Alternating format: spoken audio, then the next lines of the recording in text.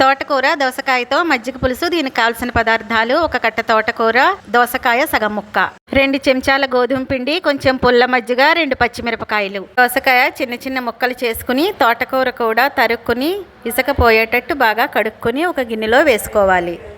పెద్ద గ్లాసుడు నీళ్లు పోసుకుని పొయ్యి వెలిగించి గిన్నె పెట్టి అందులో కొంచెం పసుపు వేసి బాగా ఉడికించుకోవాలి.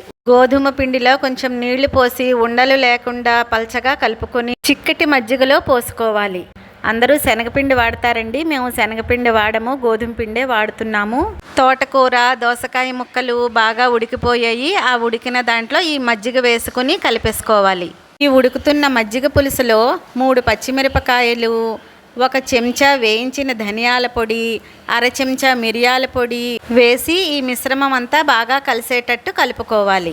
తర్వాత పొయ్యి వెలిగించి మూకుడు పెట్టి పోపుకు సరిపడా నూనె వేసుకుని నూనె వేడెక్కాక ఆవాలు, జీలకర్ర, ఇంగువ వేసుకుని పోపు వేగిన తరువాత ఈ మజ్జిగ పులుసులో కలిపేసుకోవడమే.